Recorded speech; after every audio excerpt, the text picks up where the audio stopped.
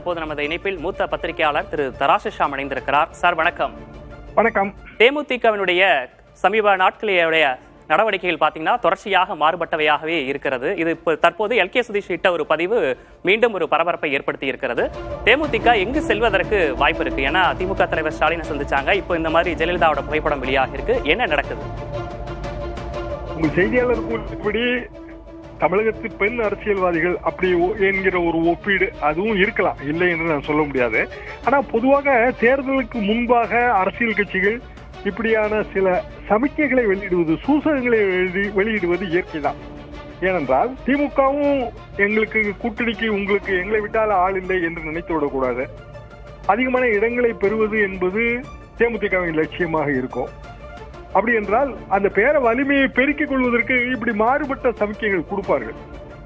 அது தவறு என்று சொல்ல முடியாது. அதாவது நாங்கள் நினைத்தால் நாங்கள் அதிமுக கூட்டணிக்கும் போவோம் என்று திமுக கூட்டணிக்கு உணர்த்துகிறார்கள். திமுக கூட்டணிக்கு இது தெரியும். காரணம், அவர்களுக்கும் கொடுப்பதற்கு கொஞ்ச இடம் தான் பாக்கி இருக்கு. ஏற்கனவே விசிக உள்ளிட்ட பிற கட்சிகளுக்கு 6 சீட்டு தான் கொடுத்தாங்க. தேமுதிக வந்தாலும் அதை ஒட்டித்தான் அவர்களுக்கு கிடைப்பதற்கு வாய்ப்பு இருக்கிறது. சுதீஷை பொறுத்த வரைக்கும் அவர் ராஜ்யசபா எம்பி ஆக வேண்டும் என்றுதான் அவர் முயற்சிக்கிறார். ஆக ஒட்டுமொத்தத்துல அதிமுக கூட்டணியிலும் அவர்களுக்கு ஒரே மாதிரியான பொசிஷன் தான், திமுக கூட்டணியிலும் ஒரே மாதிரியான பொசிஷன் தான். பாமகவோட நிலைப்பாடு, ஒன்றுபட்ட பாமக ஒட்டுமொத்தமாக அதிமுகவோட கூட்டணி வைக்குமா? அப்படி என்றால் அவர்களுக்கு எத்தனை சீட்? அல்லது 2 பாமகவா? ராமதாஸ் தலைமையிலான பாமக, அன்புமணி தலைமையிலான பாமக என்றால் பாமகவின் பேர வலிமை குறையும், சீட்டு எண்ணிக்கை குறையும். அப்படி என்றால் தேமுதிகவுக்கு அதிகமான சீட்டுகள் கிடைக்கும். ஆக ஒட்டுமொத்தத்தில் பாமக என்ன முடிவு எடுக்க போகிறதோ அந்த முடிவை ஒட்டித்தான் தேமுதிகவுக்கான சீட்டு கிடைப்பு என்பது இருக்கிறது. இதற்கிடையில் நாங்களும் ஜெயலலிதா ஆதரவாளர்கள் தான், எங்களையும் புரட்சி அந்நியார் என்றுதான் சொல்கிறார்கள். இப்படி சொல்வதன் மூலமாக பெண் தலைவர், தமிழ்நாட்டில் குறிப்பிடத்தகுந்த பெண் தலைவர், இன்றைக்கு இருக்கிற பெண் தலைவர், அப்படி பிரேமலதா அவர்களை உருவகப்படுத்துகிறார்கள். ஒரு அரசியல் உருவகம் என்று நாம் பார்க்கலாம். சார், ஒரு பக்கம் கூட்டணி ஆட்சிக்கு ஆதரவு அப்படின்ற ஒரு கருத்தை முன்வைக்கிறாங்க. கடந்த இதுல எம்பி சீட் அதிமுக இருந்து மறுக்கப்பட்டது ஒரு அதிருப்தியா இருந்தது. அடுத்து முதல்வரை போய் சந்திச்சது ஒரு பரபரப்பா பேசப்பட்டது. இதெல்லாம் இப்ப இருக்கக்கூடிய சூழ்நிலையில இது ஒரு உத்தியா தான் பார்க்கணுமா? உத்தியாகத்தான் பார்க்க வேண்டும். காரணம் என்னவென்றால் அவர்கள் தேமுதிகவை பொறுத்தவரையில் ஜனவரி மாதம் தான் எங்கள் முடிவு என்பதை தொடர்ந்து வலியுறுத்தி வருகிறார்கள். அது சரிதான். தேர்தல் நேரத்திலே ஒரு 2 மாதம் 3 மாதத்துக்கு முன்பு முடிவெடுத்தாலே போதும். மூப்பனார் அவர்கள் பேச்சுவார்த்தை 2001 மூப்பனார் அவர்களும் ஜெயலலிதா அவர்களும் 41 நாள் பேசினாங்க மொத்தம் கூட்டணி ஒப்பந்தத்துக்கு வருவதற்கு. ஒரே நேரத்தில் தாய் காங்கிரசும் மூப்பனார் தலைமையிலான தமாகவும் அதிமுக கூட்டணியில் இணைந்தன. காங்கிரஸ் ஏற்கனவே அங்கு போயிருச்சு.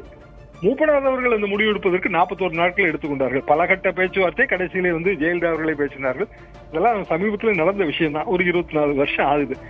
அப்போ பிரேமலதா அவர்களும் அப்படியான ஒரு டஃப் பார்கெயின் பண்ணத்தான் செய்வார்கள். அது தவறு கிடையாது. ஒரு அரசியல் கட்சிக்கு அதிக இடம் வேண்டும் என்றால் அந்த அரசியல் கட்சி ஆசைப்படுகிறது. ஆனால் சாத்தியம் எவ்வளவு என்பதுதான் இதில் இருக்கிற கேள்விக்குறி. திமுக கூட்டணி வலிமை அடைந்து திமுக 6 சீட்டு கொடுத்தாலும் அது 6 எம்எல்ஏ என்கிற நிலைமைக்கு தேமுதிக போனால் கொடுப்பதை வாங்கிக் கொள்வார்கள். ராஜ்யசபா சீட்டு கேட்பார்கள். அதிமுகவை பொறுத்தவரையில் ராஜ்யசபா சீட்டு ஏற்கனவே மறுத்து விட்டார்கள். இனி அடுத்த முறையும் கொடுப்பதற்கு வழி இல்லை என்றுதான் நான் நினைக்கிறேன். பாரதிய ஜனதா தேமுதிகவை உள்ளே இழுப்பதற்கு முயற்சிக்கும். அவர்கள் ஓபிஎஸ்ஸே உள்ளே இழுப்பதற்கு முயற்சிக்கிறார்கள். நேற்றைய சந்தோஷ் கூட்டத்தில் ஓபிஎஸும் உள்ளே வர வேண்டும் என்றுதான் கருத்து சொல்லப்பட்டிருக்கிறது. திமுக எதிரான அணிகளை ஒரு அணியில் திரட்ட வேண்டும் என்கிற ஒரே நோக்கம்தான். அப்படியான சூழ்நிலையில் தேமுதிக மாறுபட்ட உருவகங்களை அல்லது மாறுபட்ட சமிக்கைகளை கொடுப்பதன் மூலமாக அவர்களுக்கு இன்னமும் செல்வாக்கு இருக்கிறது, பேர வலிமை இருக்கிறது என்று காட்டிக்கொள்ள முயற்சிக்கிறார்கள். அரசியல் கட்சிகள் மாறுபட்ட இது போன்ற விஷயங்களை செய்வது ஒரு உத்திதான் அப்படின்றதையும் குறிப்பிட்டிருக்கீங்க. இணைப்பில் பேசியமைக்காக நன்றி திரு தராசிஷாம்.